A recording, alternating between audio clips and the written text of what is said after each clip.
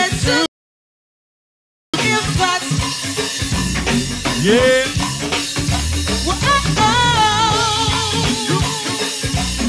The Oxy Hill.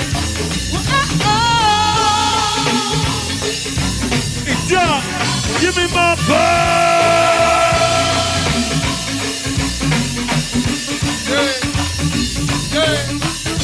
Nigga, you back here, you got a birthday, baby girl. I see you.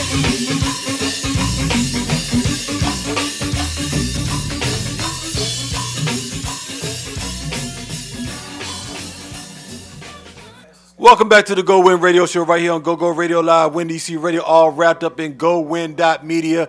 I'm Nico the Gogoologist along with my host, Miss Lady. And our esteemed guest has finally hit the house. It's really not only a pleasure of mine, but it's always good to see my good friend who's taking the opportunity to come through in his very, very busy and a crazy schedule that he has on a daily basis. I don't know anybody that's on the move as much as this brother right here. You would think he would be 5'3", 120 pounds, soaking wet the way he'd be moving around. And but I'm blessed to have him in the house today. And I'm speaking of our community activist, Mr. Jauhar Abraham. What's going on, Nico? Hey, man, it's great to have you up in here, man. And you got a lot going on. And I kind of want to give a little background for our listeners who may not be too familiar with you for whatever. Well, we are the World Wide Web, so, you know, people around the world are tuning into us. So you've had an extensive history right here in the D.C. metropolitan area. So, but, you know, let's give a little background on who you are and exactly what you do here in the D.C. metropolitan area.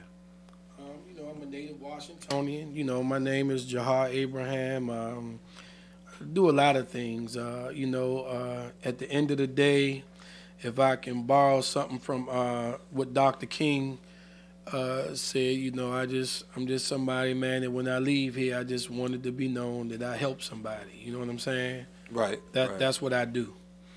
Well, background-wise, you now, I mean, me and you, we met years ago working with some of the local bands in the metropolitan area, go-go bands, and we was very successful doing what we did.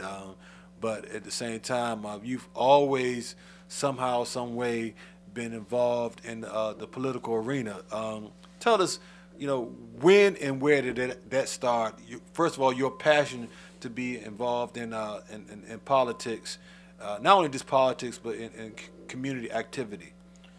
So, man, the politics stuff started for me probably when I was in college. What college you went to? The particular school I was in at the time was Fayetteville Tech.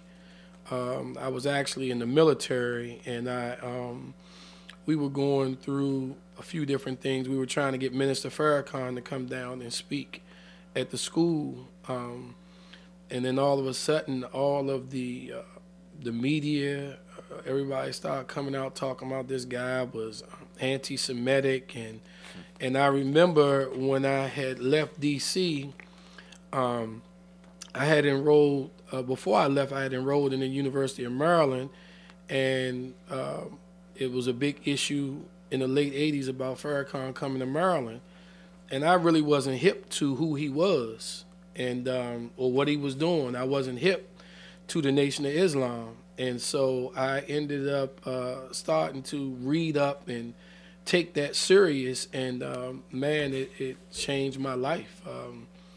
I picked up a book when I was in Germany, the autobiography of Malcolm X, and that politicized my life, you know, because everything that was in his book, you know, I could relate to, and so that began to change things for me, the way I look at stuff. It's crazy how our lives kind of parallel a little bit, because same type of situation happened with me when I was in the service. when I first got into the service, I used to listen to Public Enemy a lot. I first saw them right before I went into the service, Malcolm X Day, and they played with EU. And so when I got in the service, you know, I used to listen to their music, and that would make me pick up the autobiography of Malcolm X, and that's what kind of like changed my frame of mind. And I started reading a lot of different books like the ISIS Papers, Right. Francis Cress Welling, and several other books. But that was the ISIS Papers was one of the key books that really changed a lot of my thinking. So I definitely identify with what you're saying. So when you came back home from the service, that is, what activities or what was your mission as far as you know, having a new frame of mind? What was your mission as far as like, I have to get this done? So I started first. I became a Muslim. So I was mad at white people. I thought I hated white people. So when you say Muslim, is that Orthodox or the Nation of Islam? No. I was my introductory into 5%? Islam. Or? No, it was Nation of Islam. Okay. I was studying, the Nation of Islam doctrine. I also, a couple of years after that, I ended up joining the Nubian Islamic Hebrew mission. I was studying under Dr. York. Okay. And I lived in the community, for those in D.C. who familiar with the community that used to be on 9th and Rhode Island Avenue. We used to wear all white back during that time. You see y'all on the metro a lot. All the time. Yeah. And so that's where I, began to study Arabic, study the Quran, studied the Bible. I mean, all I did, I became a teacher. And so in order to do that, you had to put in so much time reading and studying. And so that's kind of what helped shape, me politically. Okay. Well, with that going on, you had a service call, it seems like. How did you get involved? A lot of people don't necessarily know how, but they heard about and seen your work with the Peaceaholics. All right, so when I first came back to the city after I got out of the military, one of my good friends got drafted to play in the NBA, and his father had a program that he had started in PG County in the court system, getting young guys out of the court system. And I was on my hate the white man movement back then, and he, kind of challenged me, to say, look, man, we don't do the stuff we supposed to do in our communities. Like, put the white man to the side. Like, how many of these young kids who don't have fathers, who don't have the stuff they need, do you take the time and make sure they got what they need to go to school? And how many hours do you spend around in the community rec center making sure that it ain't no violence going on, like using your influence in a positive way instead of running around being mad at white people? And so, and he stayed on me for 2 or 3 years because, I You're know strong-headed. I know everything about the white man. Right. You know what I'm saying? So it's like, you can't tell me nothing about this. Like, I got this. But at some point, and his name was Shah Mustaf. He had a program in PG County called the Take Charge Program. And at some point, it dawned on me, the light clicked on, that damn, everything that I accuse them of is really because I'm not using my time to do stuff to improve our community. So somewhere around 93, 94, I really took on that charge. I started doing stuff like in the late 80s, early 90s, but it was more out of my anger and frustration, towards white people, but it really wasn't the love and the self-help and, lifting our people up. It definitely wasn't the approach that I ended up taking as I got a little older, because I realized that it really is not, white people is not our problem, we our problem.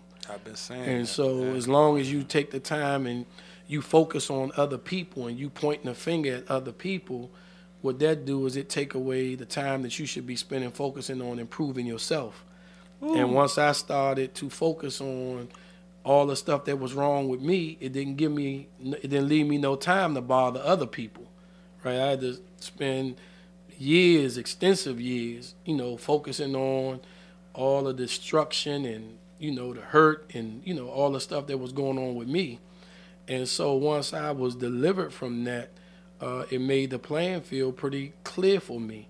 Now it make it hard for people to get along with me, but I'm good with that. You know what I'm saying? I'm good with that. Yeah, because a lot of times, a lot of people around you are not there for your benefit. So it's crazy. And we haven't had this type of conversation like this, at least. We've had several conversations, but Miss Lady should attest.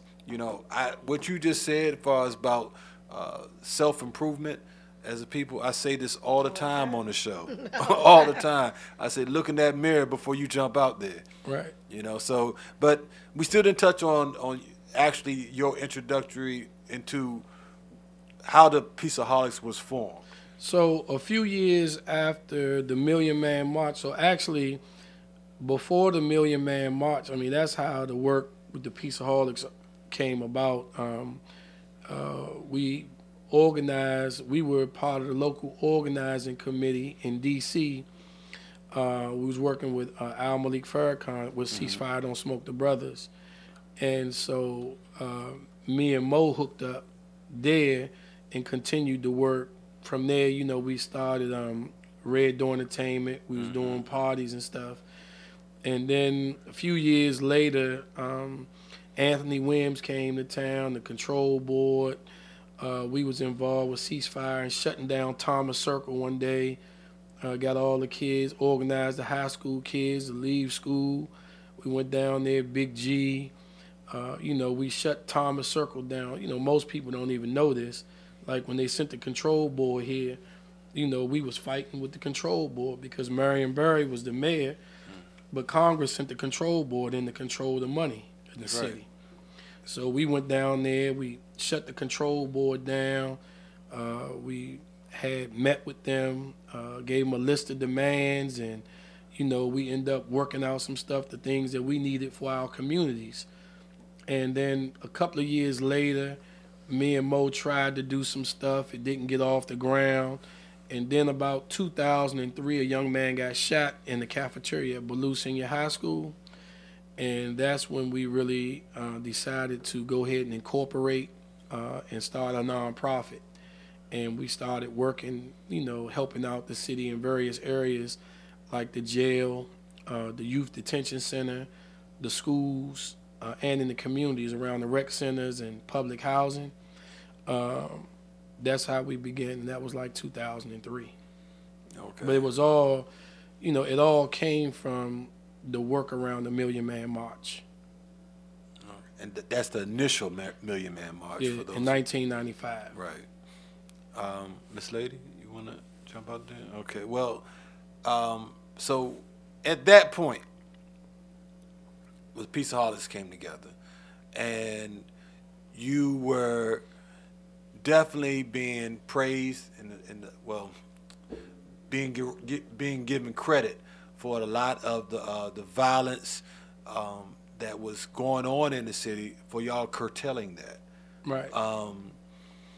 And with that, we all know that what comes with praise comes criticism as well. Right. I was working with you we always seem to be working together in some type of capacity. It was working with y'all and helping form the Go-Go Awards that y'all was a part of. But at the same time, I was noticing, the youth that y'all was working with to better their lives. Can you really? Because a lot of people just don't necessarily know. They look from afar and they look in and they have their vision of what they think that you were doing. Can you really just tell us what it's like to work with some of these youth that are lost out here, whether they may not have a mother or father at home when they come home, whether they may not even have a home necessarily come home. They may be staying with their family or friends, friends of family. What was it like to be almost like a surrogate father to these children? So, as you saw at my event I had a couple of weeks ago, ultimately we ended up, saving a lot of lives and redirecting a lot of young people. Some of them ended up going directly into the government once they graduated high school. We took over 100 young people to college. 33 of them graduated to date and are back in this city doing great things. And they're from ANC commissioners. They work as social workers. They work as probation officers, accountants. Just a wide variety of things. And it happened because we were allowed to intervene in their lives the way we did. And we ran a 24-hour operation, meaning that, we would get calls at 1, 2 in the morning.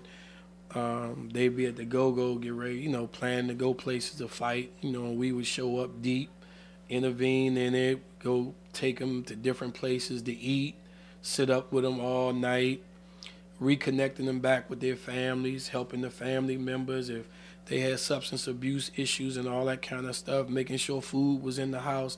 I mean, we was doing the things that we know were needed that the government couldn't do. Wait a minute. You said the government couldn't do or wouldn't do?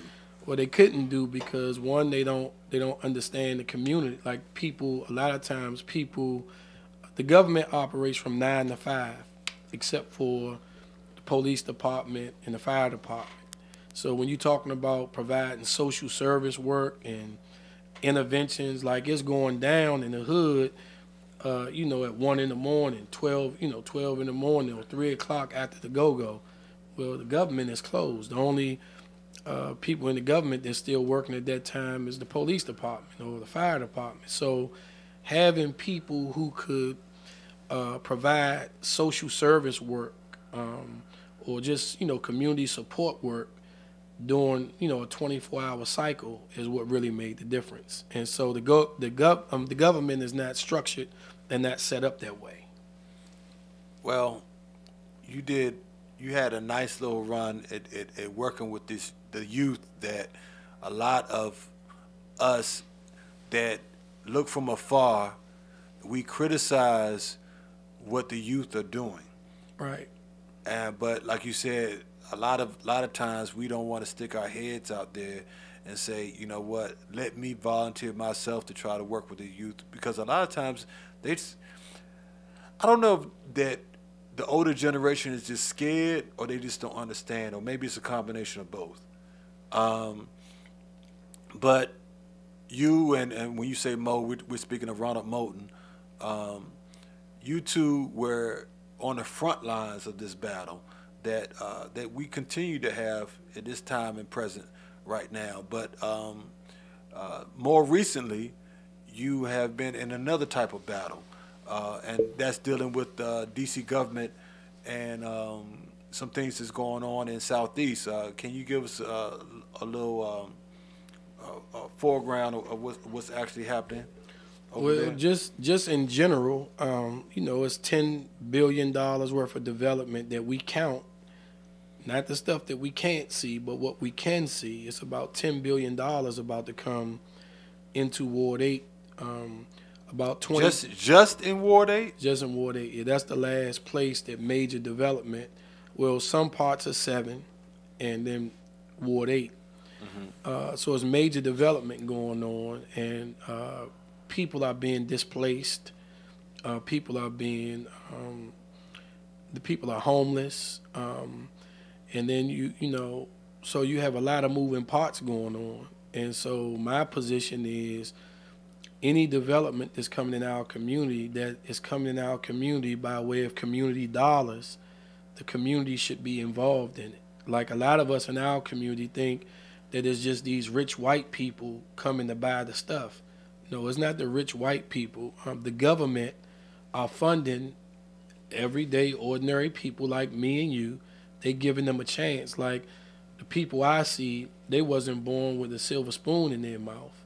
Like, you know, the white boy I was talking about the other day, and I use these kind of terms, but, you know, I'm not racist. I mean, you know, my problem is with, you told me I can't use use no vulgarity on you know, we on the air, but my problem is with the N-word. Like, I don't have no problem with white people. You know what I'm saying? When I see them doing something wrong, I correct them.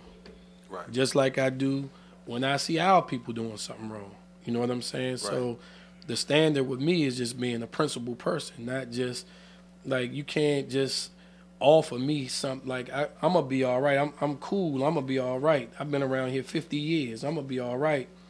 I just need you to do right by the community. Now, when you take the position that you're going to come into our community and, you know, take a project from $1 and it become worth $50 million and the government is largely funding it, and I'm the one that is getting called to help pay for proms, to help you know, bury young people who being murdered in our community because of the violence, or help coordinate efforts to pay for repasses and stuff like that, helping the football teams go to Florida and to Pennsylvania, the championships and stuff like that, and you come in the community and you getting $50 million or $30 million on your project, I got a problem with that. Well, let's be more specific, because it sounds like, because a lot of people are like, well, what is he talking about? You know, let's break down some of these projects specifically, what is going on, and who's involved in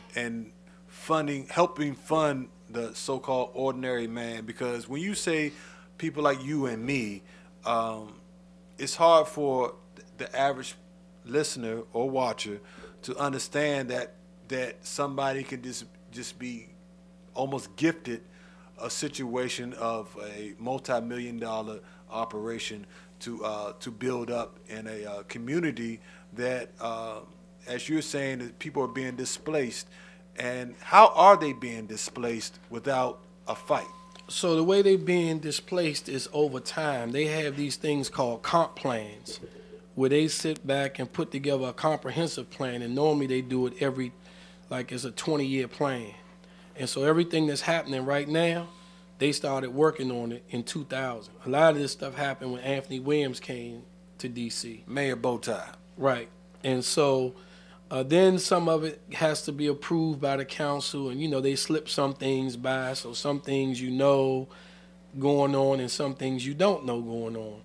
But what happened is the way they slip it by us is we spend so much time eating pig feet, smoking cigarettes and weed and drinking beer that this stuff is going on and we don't show up to meetings.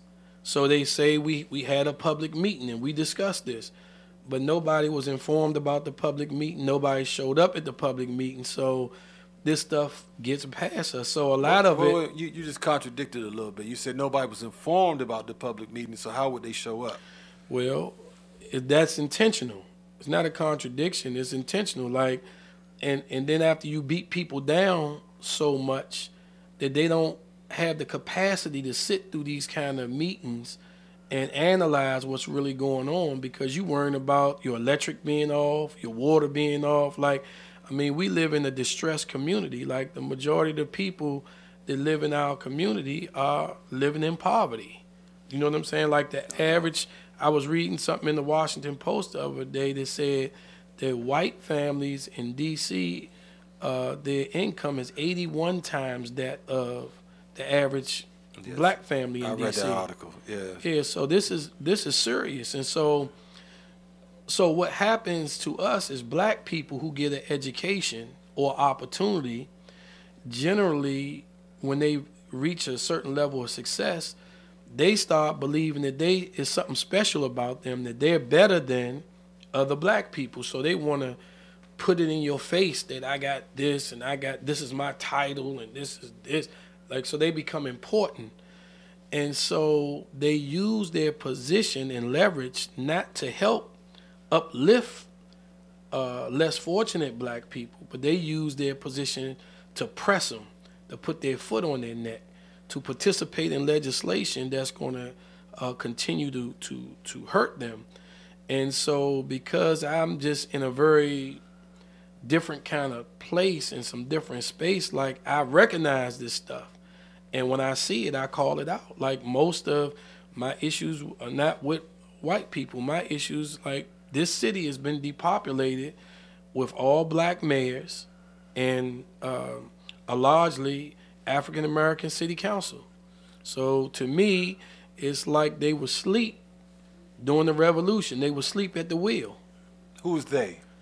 Whoever the lawmakers were, whoever the mayors were, whoever the city council were, like, because to me, is like this is hard work getting people to change how they are, right? So when you invest in a failing public school system for at least, hell, I got put out of DC public schools when I was 8 years old. I was in the 3rd grade, and it was Ritalin. I had 3 options to stay in public schools. My mother come with me every day, or Ritalin, or I'm expelled. I mean, those were the options. So I ended up being out of school because they wanted to put me on medication. So I'm saying there wasn't nothing really wrong with me. I just needed somebody to work with me. I was like the average kid in my neighborhood. Father was in Lawton. The heroin epidemic was crushing the community. You know what I'm saying? So it was like, I needed a mentor. Basically that's what it boiled down to. But they diagnose you and say that you have like these disorders, like you can't sit still, or they say that you what's the big one they use? I know you're talking did I say? Because that's what Dr. Umar be talking about a lot. All of us have this disorder. Like if it's stuff we not interested in, attention deficit. Attention deficit disorder. ADHD. Thank you. Yeah. I be forgetting more stuff than I remember these days. Likewise. But yeah, so they diagnose you with ADHD, and then they say they gonna put you on medication.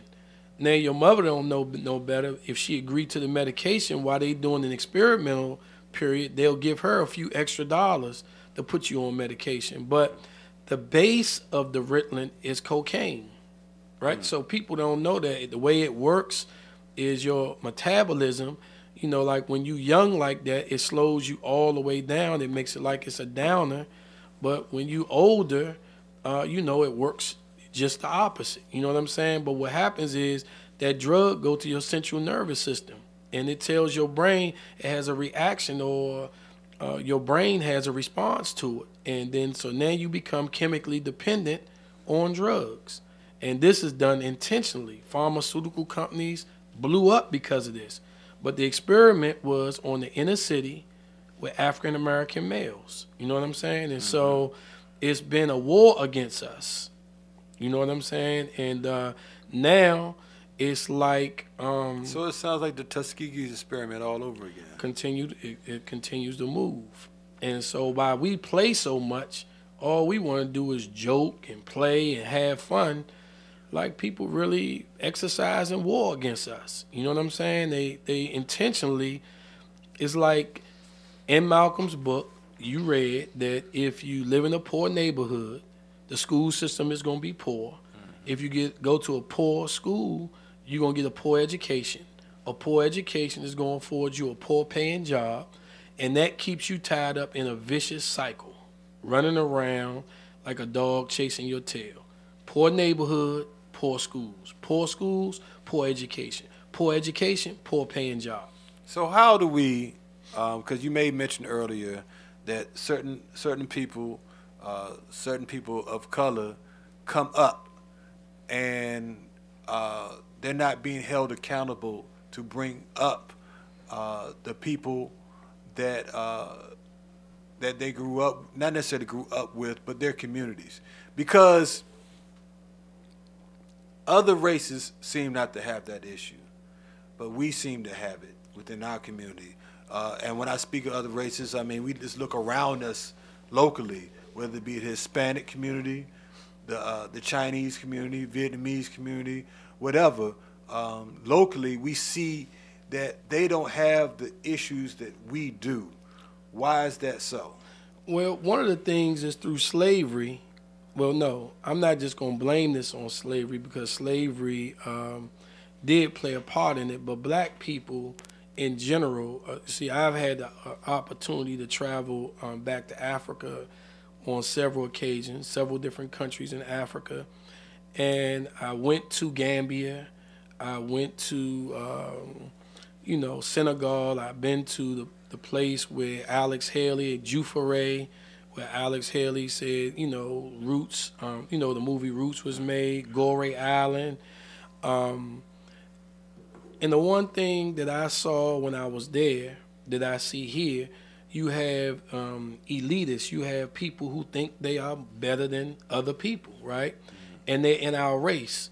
And so those people allow people who was of a lesser stature than them to be sold, right? And so we experience that same thing now. So I'm not one of those people who just start in the middle of the book and say Willie Lynch. No, we was doing this before Willie Lynch, right? So because of our self-hate and greed, you know what I'm saying, we mistreat each other, and we don't understand that what other races understand. Like, I'm 50, so I've been all over the world. I've been able to be with different cultures. I've been to Korea, I've been to Germany, I've been to Africa, I've been to Japan, I've been all over the world. I've been to Paris, I've been to England. Everybody else, when they get education and they get opportunities, they help their community. Black people are the only people, especially the American Negro, is the only people who don't feel it's an obligation to give back to their community. Now, the catch to this is when people like me say that they should, then we get attacked because it's like they got some false power through their platforms, which is the media, entertainment, the media, that kind of stuff. So all that's wrapped up in one. Yeah. Right. So they get the opportunity to share things that produce false narratives all the time. And most of us are just excited about stuff that we see on the news and on TV. If we see it in a paper or magazine, that make it real. But we really don't identify with the stuff that's important. You know what I'm saying? And so for me, I'm just grounded on real stuff. Like I've been fortunate enough to make plenty of money in my life. I've lost plenty of money in my life. I've shared plenty of money in my life. And my position is when I leave here, I'm not taking none of it with me. And I would rather leave my son with some information as opposed to leave him with money. So, because if you got information and you know how stuff work, you're always going to be all right, the way I see things. And so, but a lot of us are confused about that. And we start believing it. We get to go places and we get to drink champagne and get to dress nice. And Obama is probably the best example of a black person that has exceeded every expectation in the world, in America. Harvard, Yale, law degree, hell, became the president. And every chance they got, they reminded him what he was. You know what I'm saying? So trying to be successful in this system to the extent where you crushing your people to do it, I just got a problem with it. So so I don't have a lot of friends, right? And I don't want them. You know what I'm saying? Because they turn on you, they're easy to be persuaded against you, and it make it seem like you the one, there's something wrong with you. No, something wrong with you. Like, you need to be helping, develop this community. And just the same way we spent so much time tearing it down with drugs, alcohol, gambling, violence. When you become a man, your job is to build and protect a community. Like, I'm clear about that. Starting with your own family. And if you're not doing that, then what you doing? What's your purpose? Well, you're laying out a real nice, I say an overall plan, but at the end of the day, there has to be a plan of action to do so. I'm going to ask you two questions in one. One, what is your suggested plan, immediate plan, for us to get on track to hold some of these people that are in position to uplift the community, as you say, to hold them accountable? And two, do you feel that due to how you was unceremoniously disrupted from how you was working with the Peaceaholics, do you feel like that situation is inhibited your ability to work within the community yourself? No, because one of the things, like, I'm not the person that plays like I'm a victim. You know what I'm saying? Like, I was trained by people who did the direct action work for Dr. King, right? Mm-hmm. And so they told me a long time ago, if they not bothering you, you're not doing anything. So that's just like, I look at like what they doing with Trayon White right now, because Trey has entered into that rare air. Like, if it was basketball, Trayon has entered into the discussion of Michael Jordan, Kobe Bryant, and LeBron James. Like, when the Anti-Defamation League and all these powerful white people start getting together looking at you, that means that you've done something. You see what I'm saying? And so most of us, you know, like, I just came back from Selma a couple of weeks ago. Selma, Alabama, for those who don't know. Yeah, and it was a commemoration of the 53rd anniversary of Bloody Sunday, where Dr. King and John Lewis and those guys had to make a decision in Bevel to cross the Edmund Pettus Bridge to go from Selma to Montgomery to start on getting the right to vote for black people in this country. And when you step up on that bridge, and when you in the moment, you understand that a lot of people, man, came to that bridge and turned around and went home. Because at the top of that bridge was dogs, horses, police with guns, water hoses, like everything. And they wanted to, you know, kill them, like, because they had the audacity to be petitioning the government for the right to vote. A lot of people said, man, them niggas, they crazy. They gonna get killed. So a lot of them went home. A lot of them went back. John Lewis and a few other people had the courage to get beat up on the bridge, go home and get patched up, and come back and say, we're going to keep coming back until we get across the bridge. Most of us don't have that in us. You know what I'm saying? And so that's why we being treated this way.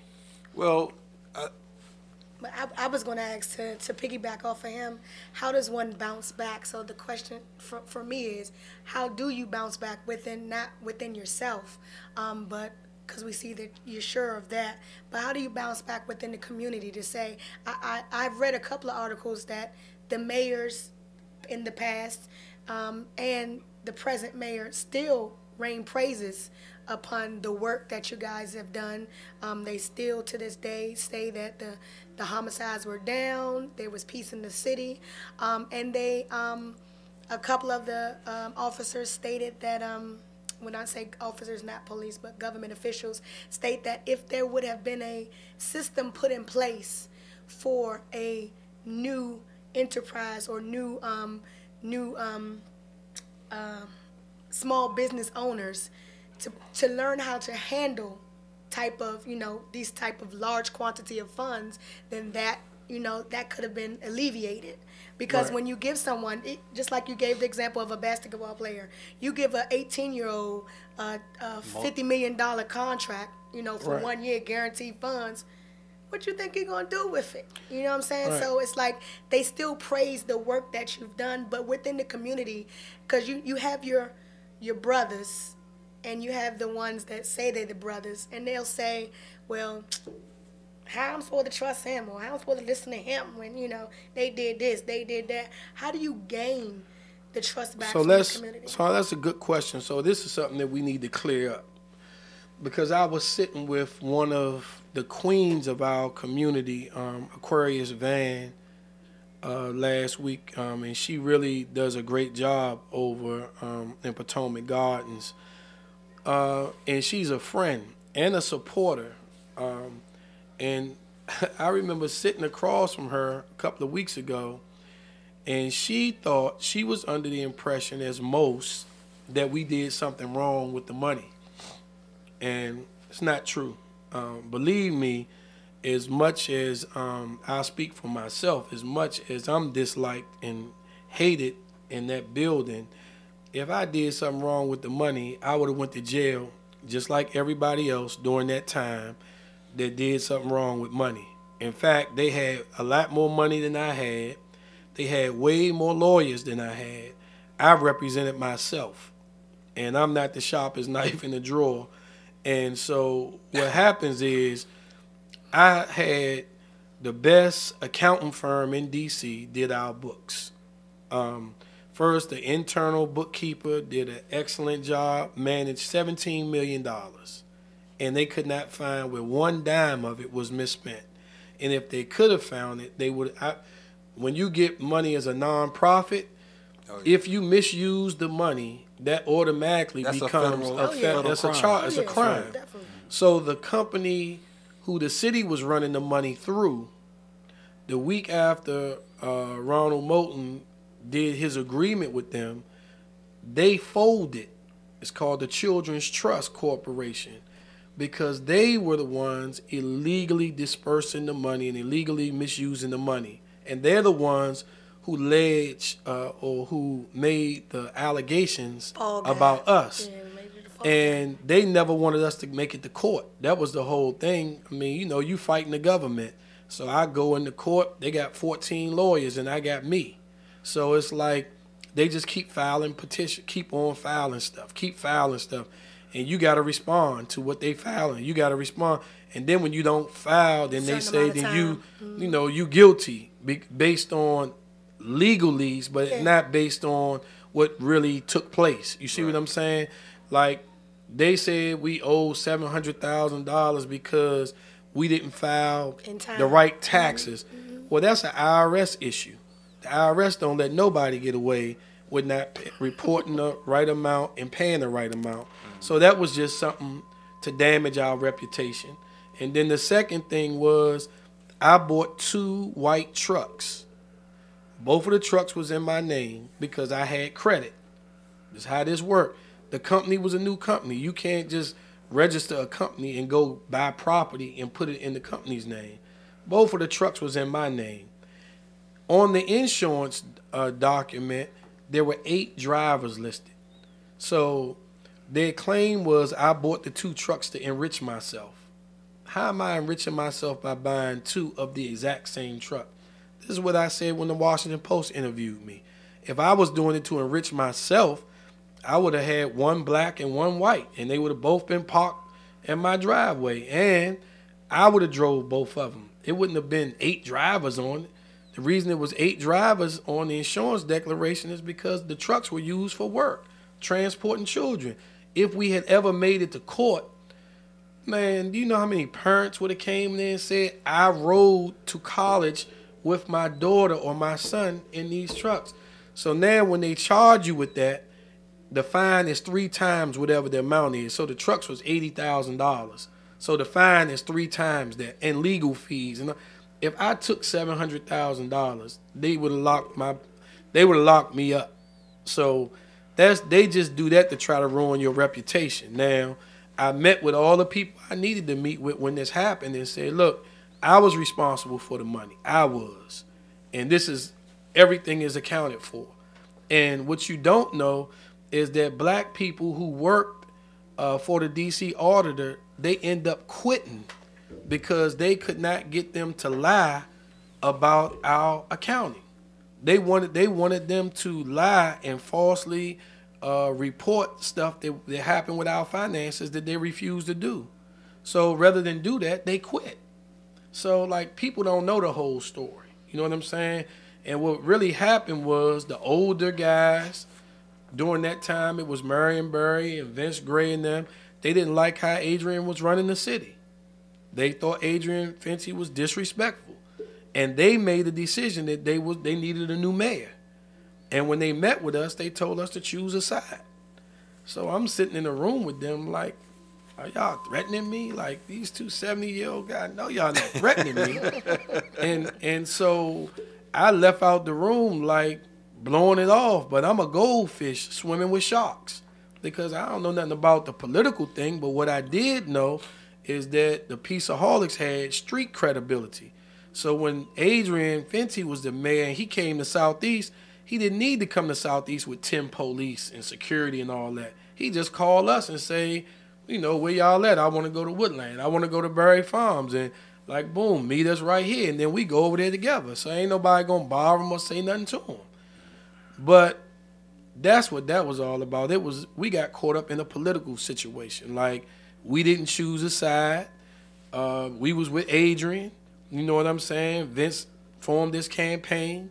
Now, if I was as politically savvy then as I am now, while Mo was with Adrian, I probably would have went and supported Vince because I wasn't mad at Vince. Me and Vince didn't have a bad relationship. In fact, Vince was the chairman of the council. He signed off on some of the $17 million that we received. You know what I'm saying? Like, anything you get in the D.C. council that's over $1 million, the council has to vote on it. They have to approve it. So I could show you so many letters of accommodations and awards and proclamations from them. We was just a political pawn. That's all. We didn't take no money. We didn't take nothing. If we did, we would have met the same fate that everybody else met. We would have went to jail. And speaking of that, I mean, for those who don't necessarily know, talking about when you're speaking of the fate, we're talking about people like, what's the council member? What was the council member name? Brown? Yeah, Mike Brown. No, yeah. Mike Brown. Then this what's the Kwame. Yeah.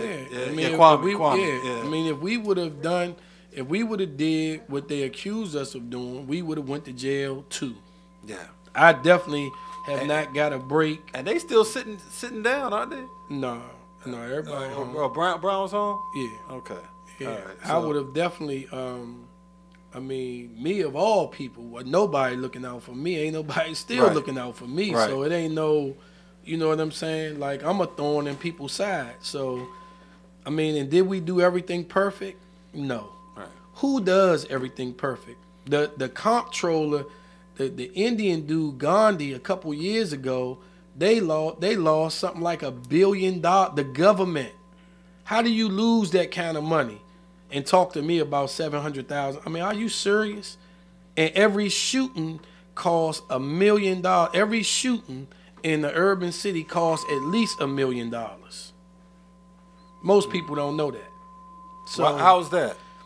I mean, from the time the 911 call is made, the ambulance, fire department, and police report to the scene. Just count what it costs to roll out an ambulance. Count what it costs to roll them fire trucks out. It's 2 people in the ambulance. It's 4 or 5 people on a fire truck. 6 or 7 police units going to show up on the scene. Then the detectives going to show up. They're going to do the yellow tape. So all these people getting paid. These hours, and then it goes downtown to the district attorney or the U.S. attorney. And then the U.S. attorney has to start building the case. And sometimes they take it to the grand jury. That's got to be you. You know what I'm saying? Then they'll take it to the grand jury. And once they take it to the grand jury, I don't know what that feedback It's got to be coming from there. I can hear it.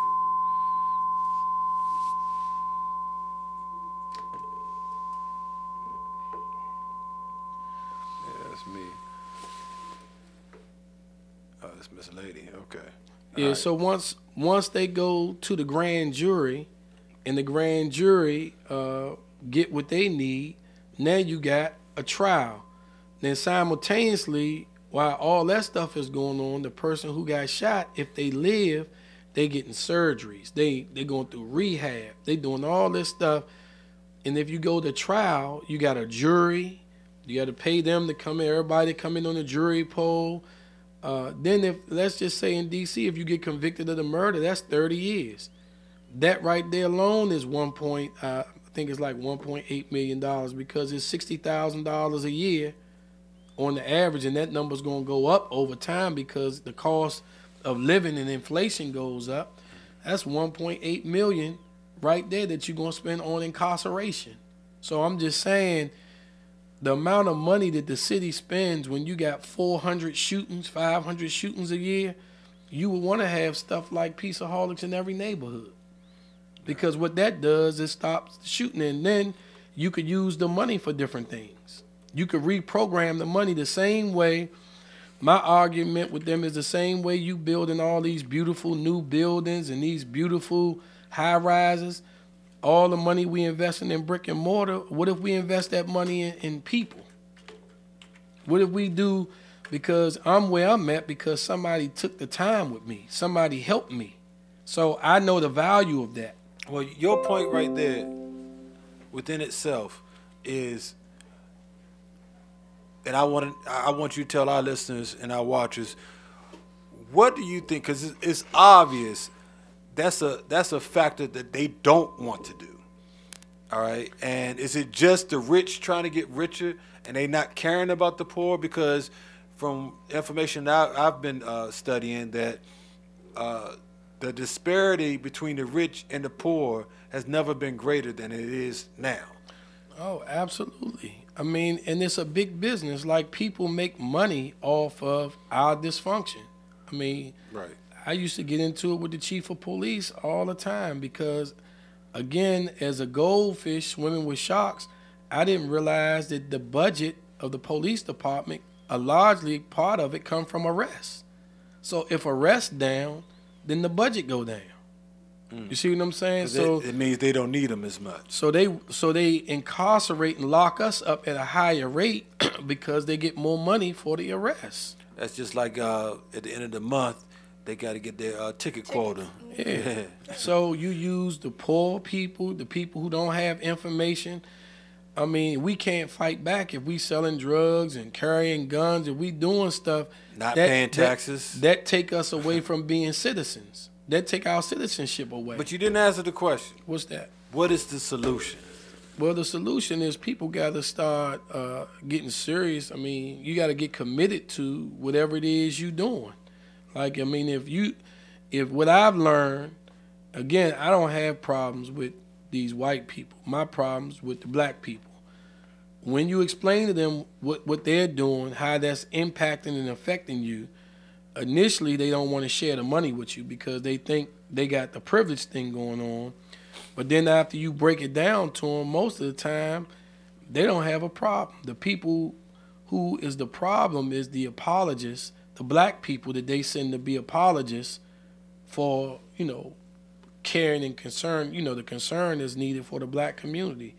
And those are my natural enemies. Like, I don't, because they got somewhere because of the sacrifices of Dr. King and Marion Barry and the Reverend Bevels and Malcolm X, they got to where they are because of the people who died, who laid their life out on the line so that our people could move. And so when they get to a place and then they decide that they the only black people that should be afforded the opportunity to be in that place, to me, that's dangerous. And I'm saying, like, unlike most people who sit around and have opinions, right? I'm in Barry Farms, but I also go to the White House. So I get a chance to see it on a lot of different levels. So it's a little bit different from me. Like, I'm not sitting around like people wanted to make a big deal out of what I was saying about the Tim Chapman project over at Mapleview Flats in Southeast, right? Mm-hmm. It was like, oh, well, he got awarded that when Vince Gray was the mayor. He did get awarded that when Vince Gray was the mayor, but Vince Gray wasn't the mayor since it's been funded. So every year the mayor puts a budget in and the council votes on and approves the budget. So the mayor is the one who funds the project. You can draw up the plans. This mayor is drawing up the plans for the next 4 to 6 years. Well, if she's not the mayor 6 years from now, whoever that mayor is going to be responsible for funding the project or shutting it down. You see what I'm saying? So speaking of that, you were involved in a couple of community meetings for the project, the $65 million project that's being built on St. Elizabeth's new sports arena. 69 million 69 now. now, okay. Yes. The sports arena in the Congress Heights area. And when you speak about our people, it's puzzling to me because the CEO of DC Sports Events is Odell. He's an African-American gentleman, correct? The CEO of what? DC Events, what is it? Yes. DC? Yes. Yeah, Odell. Mm-hmm. Yeah, Greg Odell. So, and then That's an Irish name. Kelly is an Irish name too. It's my last name, though. Oh. Not Irish. It's given to me.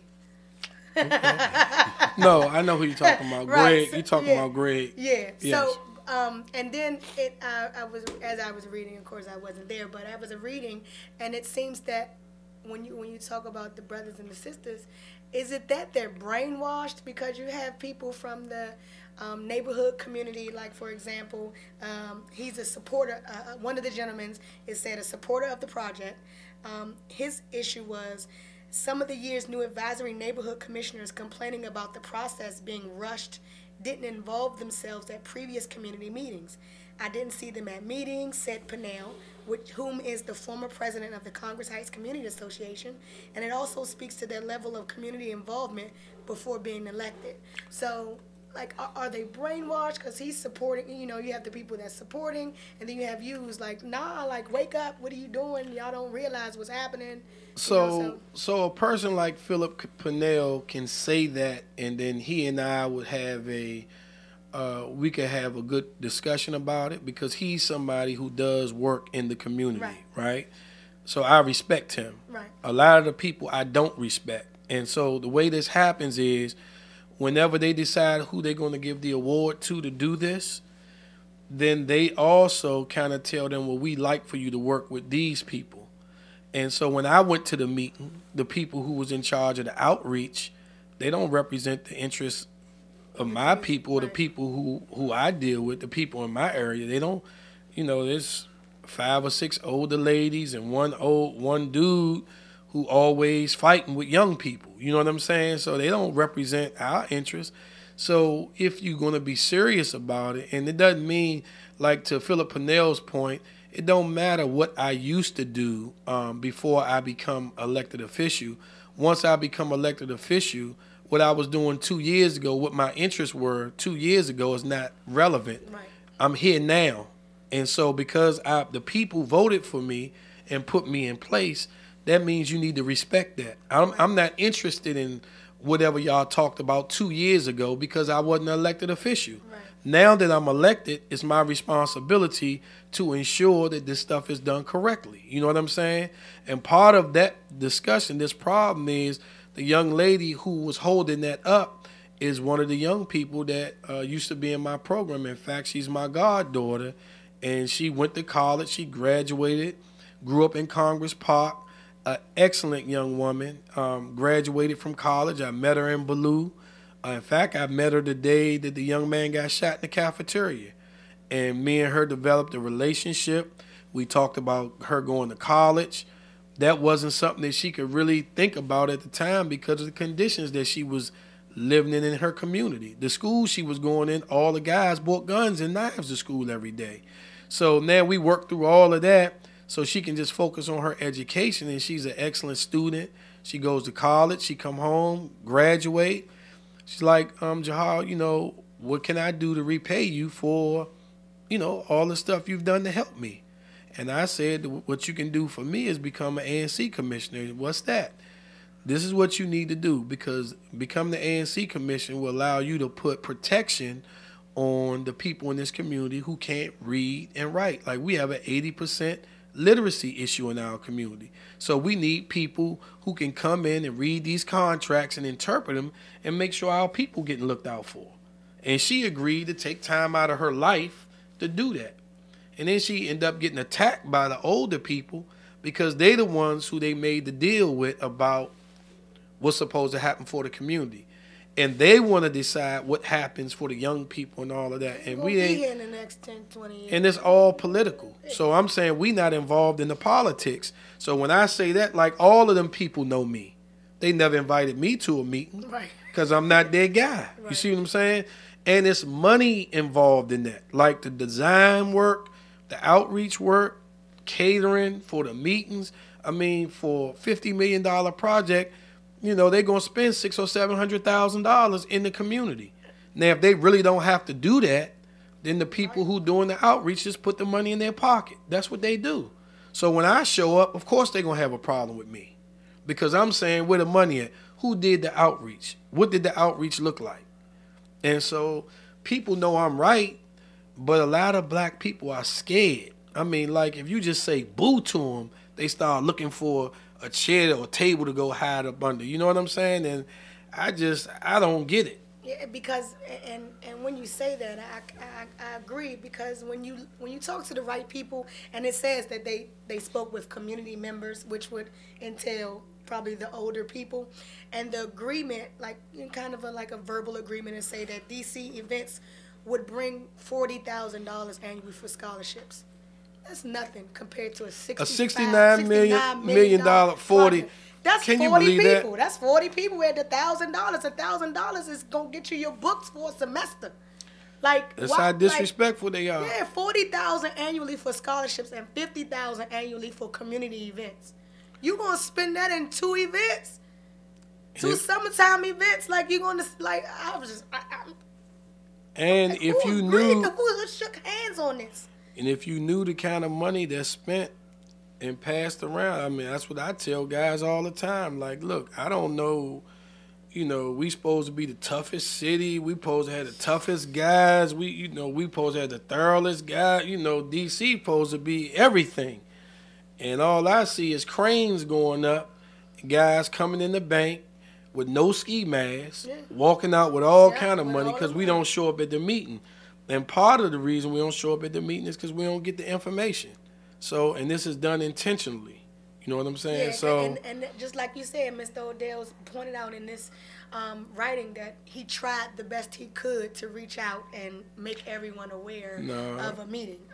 He just doing what he has to do to keep his job, and he has my number. I mean, he knows the people. See, the hope is that we just never show up, because he knows that they don't want me there. So he would put himself in jeopardy, his job in jeopardy, by inviting people there that he know that they really, the powers that be, don't really want there. Right. You see what I'm saying? So and again, this is all, that's why I'm not on this black and white stuff, because he's black. Yeah, he's black. You see what I'm saying? And black people doing this stuff. You know what I'm saying? It ain't nobody white.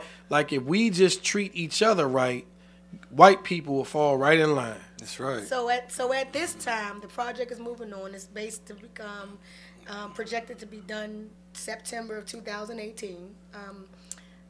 So where do you go from there? It's done. It's the signatures. Nothing is done. Nothing is done.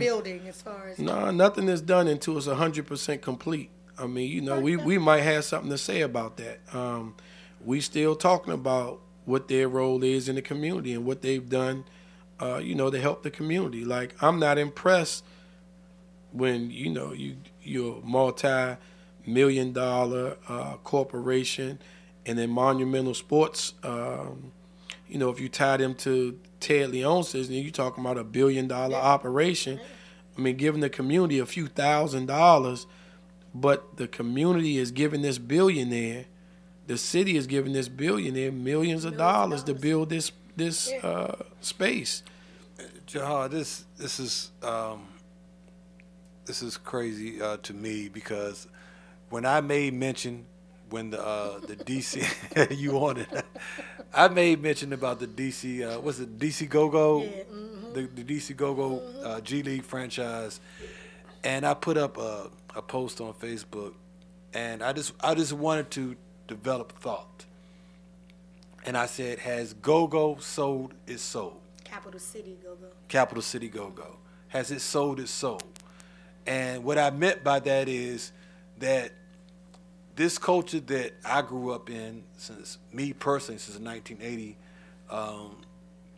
that has been developed by the Godfather, and so many other people have put their lives, and this has put food on people's tables, put some kids through college, and so on and so forth. for us not to have no personal investment in this operation, them using the name, the imagery of this culture, and from the way I understand how it all came to fruition, everybody came to the table and Monumental Sports, said, well, this is what we're getting ready to do. Are you in with us? I just felt like we had to have some type of say on how all this goes. And that's why I asked, have we sold our soul? I just want to get your thoughts on it. Well, the answer to your question to me is no, because selling something means you have to get something from it. And these N-words won't work together long enough to make something happen in a real way. So it's worse than I even thought. Yeah, because they should. I mean, like if I was negotiating or working on something like that, in order for them to use that and get the participation of the community, I mean, they would have to pay us something like if we had a union or endowment or something, they would have to put, a couple $100,000 in it every year. That's right. You see what I'm saying? To go towards furthering the cause of go-go or helping us build a go-go Hall of Fame, like a real a building, you know what I'm saying? Right. Some brick and mortar.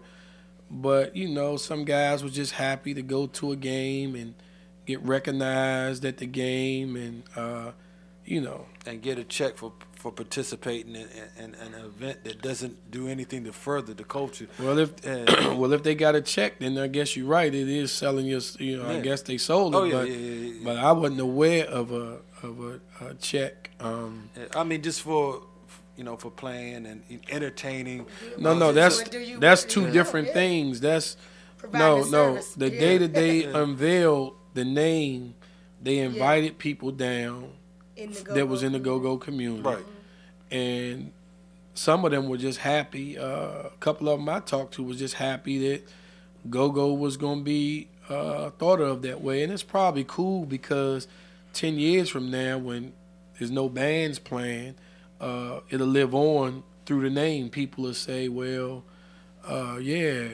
what's the go-go? What did that come from?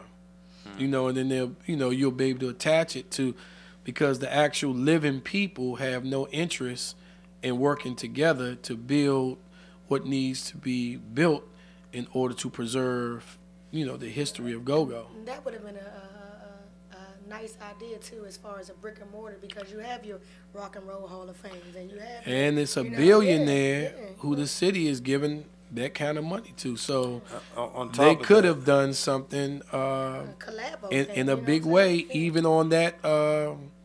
Like, again, if you talking to real people in the community, inside that arena could be a hall that could be dedicated. You know what I'm saying? Where we would have, if Foot's drum set or some drumsticks, something that's still around, one of Pop's guitars or cowboy boot. I mean, something from Heavy One. African American. And most still have Heavy One's seat that he. So when people come there to see the capital city go-go, they can really see what go-go is. But again, it's all like you said, it ain't done. Yeah, it ain't done. Well, and the thing that I had with that is we always complaining about when something happens in the community and how we never have no money to back it ourselves, like somebody dying in the community, and we don't have no funding to do so, and like you said, to develop our own union. And when we have this opportunity comes around once in a lifetime, right? And for us not to take full advantage of it, really pisses me off, So, but look, we gotta get ready to get up out of here. I want to close out on hot news, and I know you can't speak for him, and I don't intend for you to do so, but I do want your opinion on the situation that's going on with a good friend of yours, who's also, and for those who don't know, you are a citizen of a resident of Ward 8, correct? Yes. Okay, so Trayon White represents you, correct? Yes. Okay, so he's going through a heavy thing that you touched on a little bit earlier in our interview with a situation where he talked about well, actually, it's a couple situations, but one that was thrown on the news last night is with him speaking about the Rothschilds controlling the climate, what had something to do with the climate control. Right. And then previously in February, I believe February 27th or something like that, he spoke to the board about as far as the Rothschilds having the control of how the money is being handled in the government. First of all, and I know you're aware of this, and this goes past a lot of people say, can you explain to people who the Rothschilds are? It's a rich Jewish banking family. And they have had influence over banking practices, forever. Yeah. Yes. Okay. So it's not a big thing. They, in my estimation, it's going to pass. And when I said that earlier, the council member reached red air, like when these people start bothering you, that means you got that DNA, that the dude with Marion Barry or Malcolm X or Honorable Elijah Muhammad or Marcus Garvey, like they don't bother you. They don't even think about you. Won't even come up on their radar. Like they would never talk about Kenyon McDuffie or, Robert White that's on the count. I mean, his connection to the people is what's dangerous to them because he has the ability to move people. And when you're able to do that and they can't control you, then they start trying to figure out a way to move you. And when they can't do that, they try to muddy up your reputation. Well, do you feel like, how do I phrase this? Do you feel like by him kind of backtracking on what he said and making apologies now for what he said, do you feel like that's not legitimizing his statement that he put out there? No, I think what happens is he realized that something he said offended somebody. And because he's a decent human being, if I'm saying something that's offensive to somebody, I apologize. And I think that's what decent human beings do. Especially a person of a public servant. Yeah. I mean, it should be anybody. I mean, a reporter called me today and asked me about it, and he said, well, Jauhar, I be on your Facebook. See, this is what people don't understand. They kind of stalk some of our social media looking for stories. And he was telling me how bad my mouth was and how I say stuff about people. And I say, look, I'm 50. What I'm saying is intentional, and I don't take nothing that I'm saying back. You know what I mean? So I'm not held to that standard because I'm not in public office. So I'm going to say what I want to say, and I say what need to be said. And the council member, even though he's in public office, he'll do the same thing, but it's not his intention to insult people or, hurt people by his comments. And so it's just like somebody white doing something that they not sure that they should be saying and, trying to get away with it. Right. When they get corrected, they could either try to stand on what they were saying or they can apologize for saying something out the way. You know what I'm saying? So, but this ain't a big deal. The council member is interested in bringing equity to the people who live in that community. These people have decided that they're not going to share the wealth. And so what they think is if they attack him, then, they fought Marion Barry all the way to his grave. This is what they should be more intelligent than they are. They think too much of themselves. And they fought Marion Barry all the way to his grave. And then, boom, here comes Trayon. And guess what? When Trayon leave and go do something else, guess what's going to happen? Somebody else is coming because that's how God works. So they never going to be able to get rid of the consciousness that exists in God's people. Like, we always going to bring that to their face. And if you only knew all the people that's conspiring around trying to derail his political career, you'll be like, God, is it that serious? Yeah, it's that serious. Follow the money. Well, you said follow the money. Because I was just about to close out, but you dropped a nugget right there. Expand on that. Well, I mean, I just told you $10 billion worth of development is coming to our community. They already decided how they was going to spend the money, who was going to be a part, this and that. The council member is saying, hold up. What about the people who here and who suffered through being here when it wasn't good? Now, when you raise that question, I mean, the person that was in the seat before him never raised the question, never met in the community with people about what was going on or what the deals were that was being cut. So we never knew what was going on. Do you feel like this is all, because I've said this 100 times, but I would like for you to, put your opinion out there real quick. This is all a product of what they call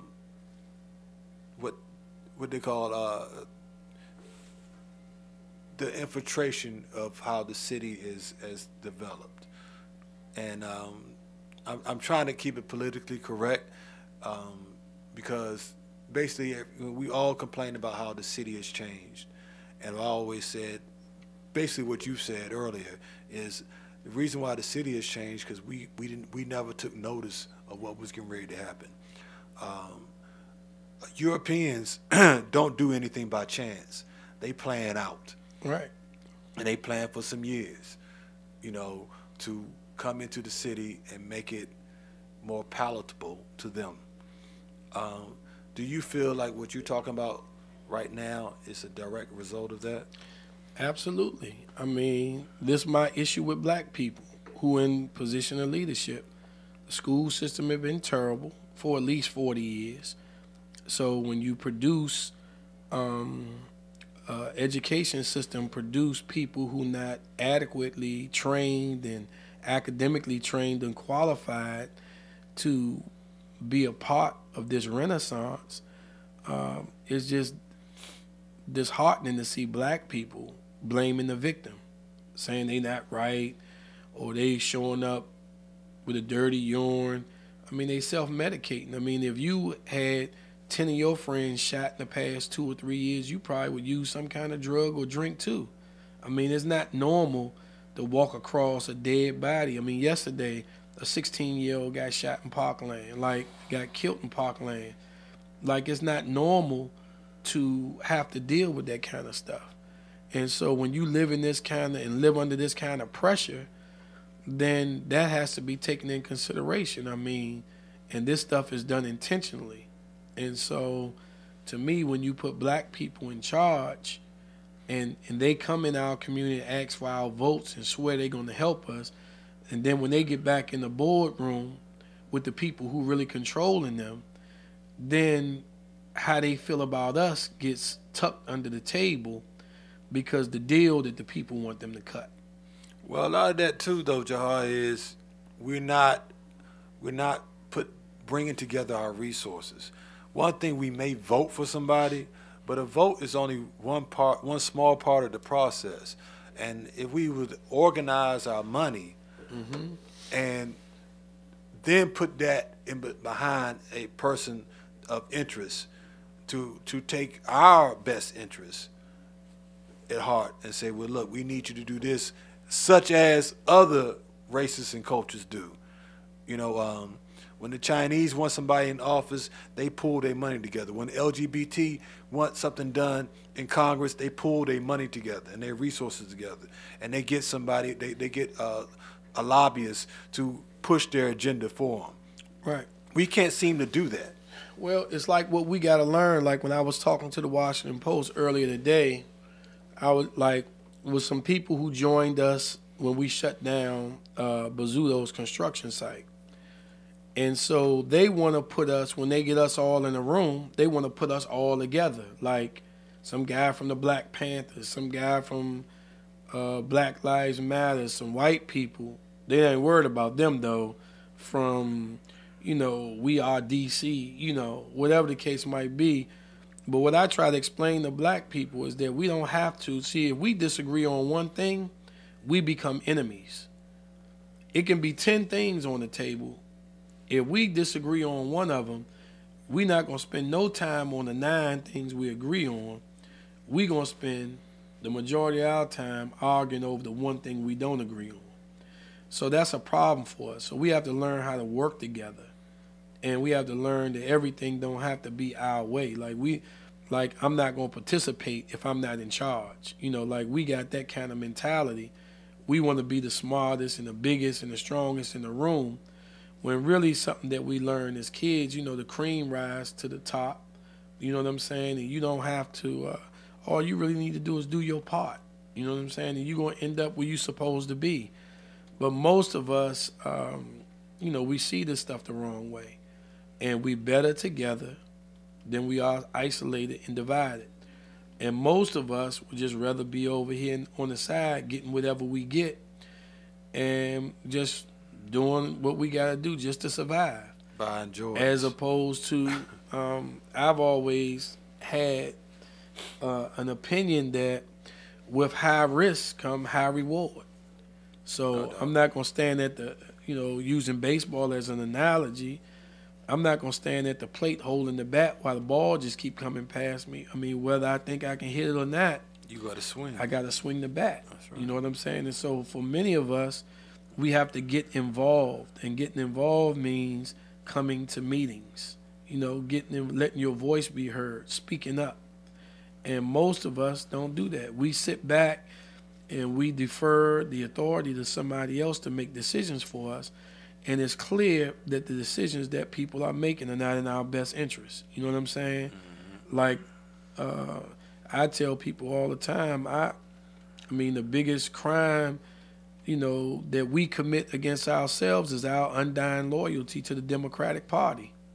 Because if they know we're going to vote for them no matter what, and a consequence or in a case that we don't vote for them means we just stay home, that means that we can take them for granted because they're not going nowhere else. They're either going to get down with us or they're not going to get down at all.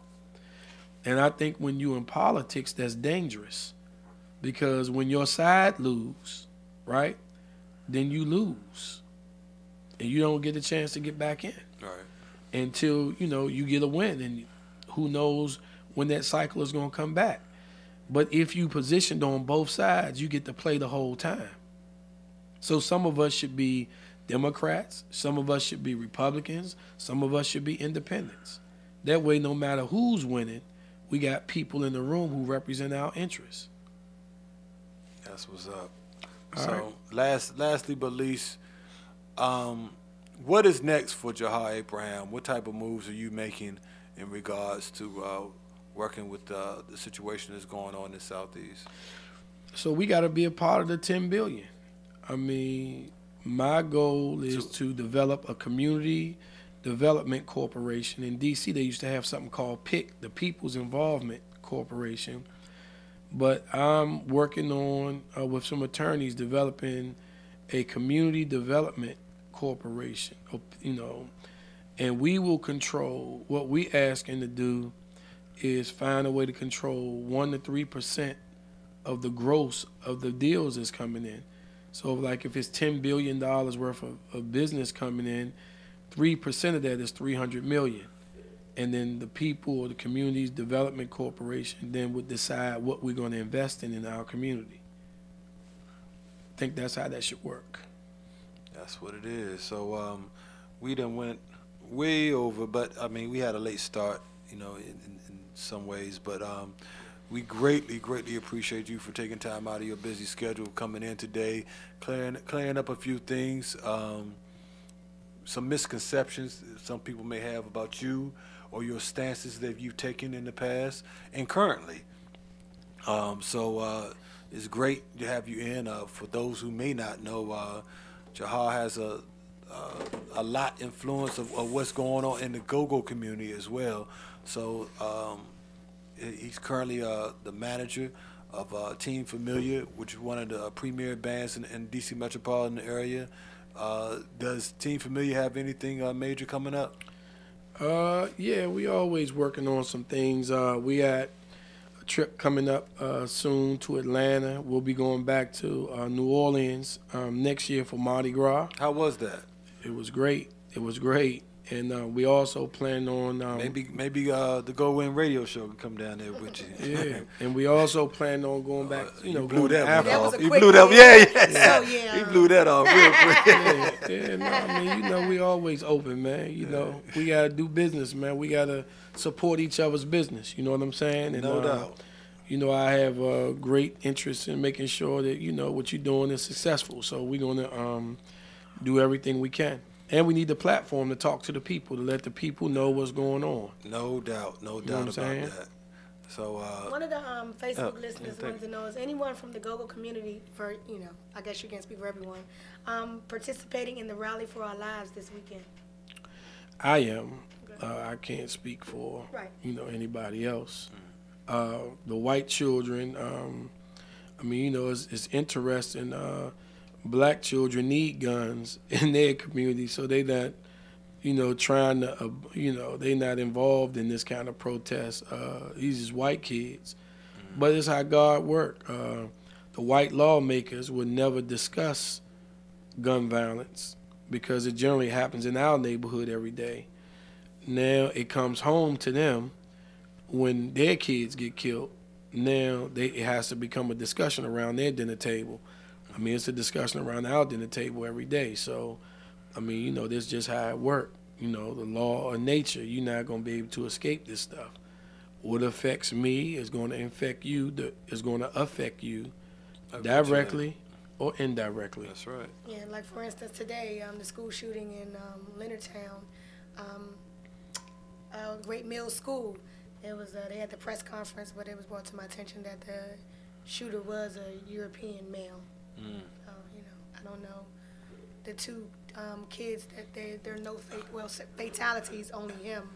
But the other two youth didn't. Well, the young lady, she was 16, and she was she's critical, but she's not.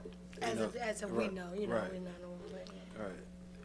But And European- no black parents are discussing whether teachers should have guns in school. And no black parents are weighing they in. discussing it, but it's just like then you go into then the kid will overturn, like they whooping on the teachers now. So just think if Can a you teacher have a imagine gun in now, Southeast a teacher, teachers having guns in Southeast? Ooh. Yeah, These but- people don't have a clue. But this stuff, again, is not, this whole gun control stuff, it has nothing to do with the African American community. Nothing. Why do I say that? Because I'm 50, and the community I live in, and as long as I've been involved with guns, nobody I know goes to a gun store and fills out an application to get a gun. That's true. And we got more guns in my community than the police department. Everybody in my but Miss Lady. in my community, somebody pull up, you know what I mean, And you went out the window. and right out the trunk, you know what I'm saying, and been that way. So, Yeah. Even though I own one, it's like not the fact that I might not use that one to do what I want to do Yeah. with it. You know what I'm saying? But I'm just saying, Right. this big argument and this big thing yeah. that's going on doesn't have anything to do Right. with us. Oh, definitely not. You know what I'm saying? Anything to do with us. So, I don't know, man. We got so much work to do. I don't know though, Jauhar. I take that back. I think that you kept saying intentional. What is being done in our communities is intentional. If they allow the teachers to have guns in black public schools, I think that's exactly what they would want.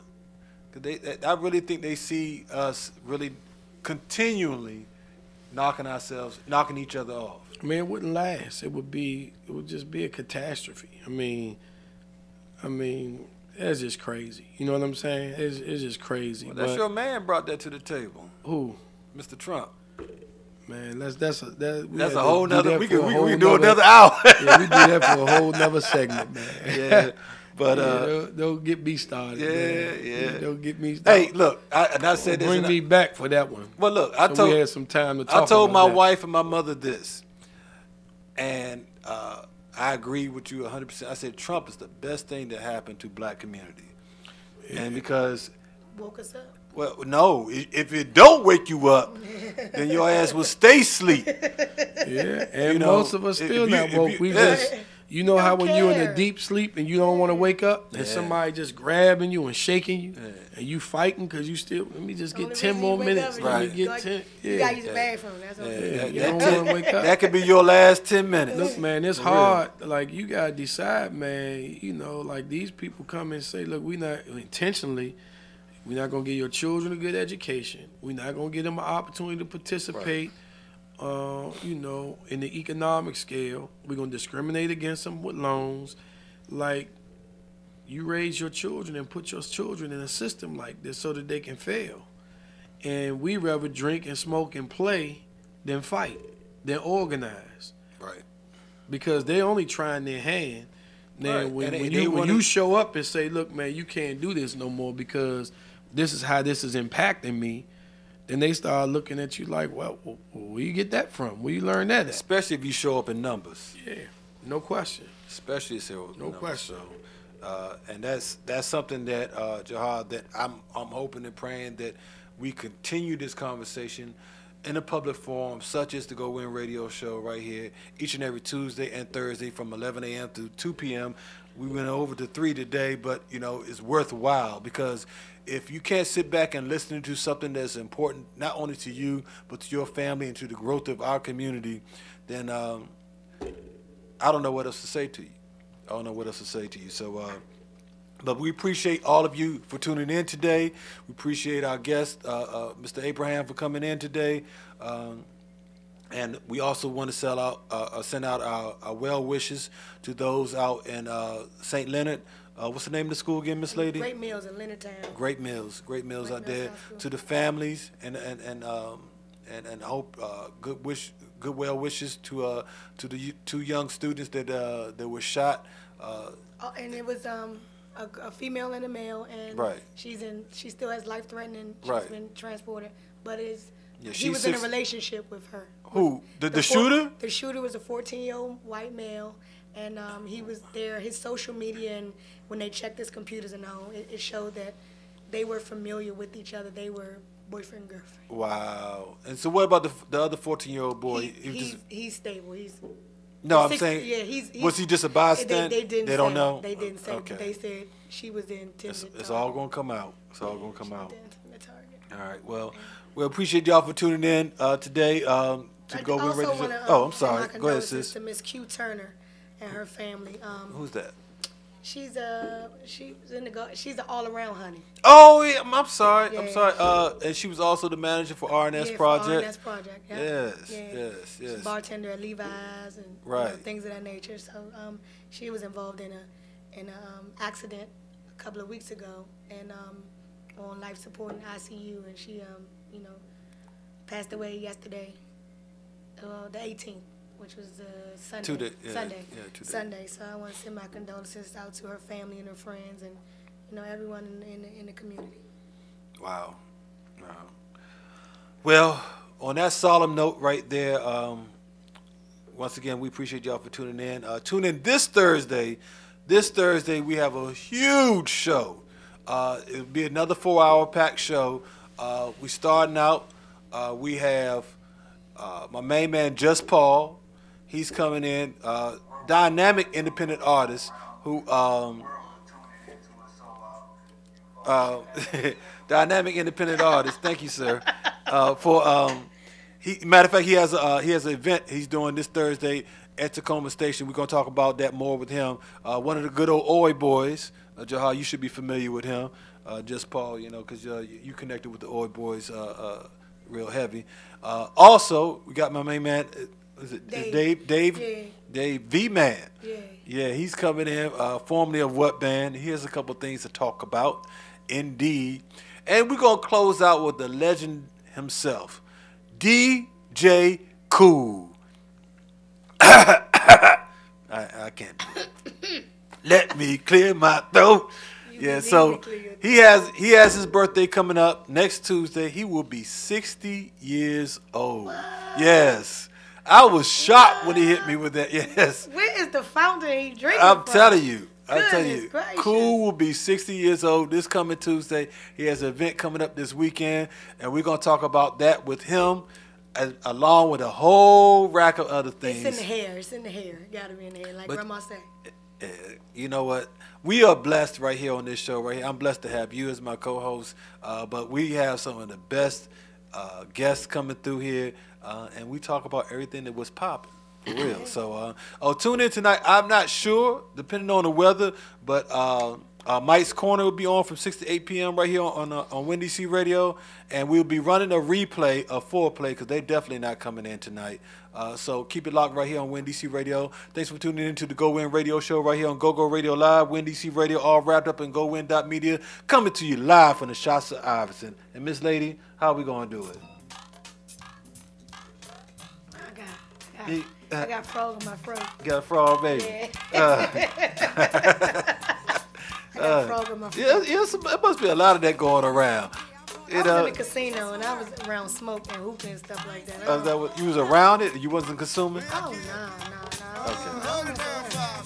I can't do that. All right, that's what's up. That's what's up. All right. Well, thanks for tuning in. We will talk to you Thursday. Look out for the promo. We got it coming to you.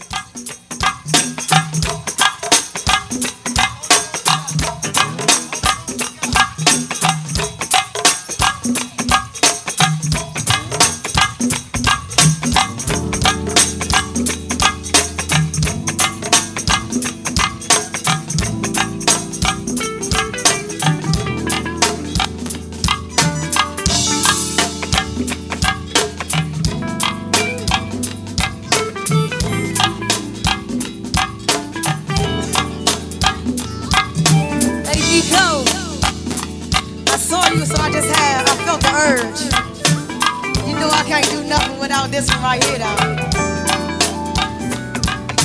Special dedication going out to GoGoRadio.com.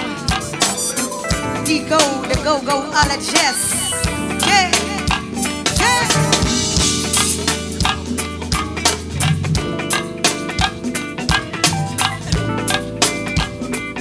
This is Stormy Saturday. Stormy Saturday. Rainy Saturday. Good to see you, Lee Wee. Yeah. Also, Miss Tracy, special request.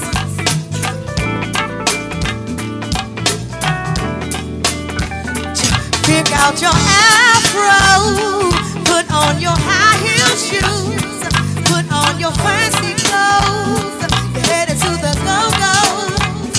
Forget about your 9 to 5, leave all that stress behind, 'cause baby it's Saturday night, you're headed to the go-go.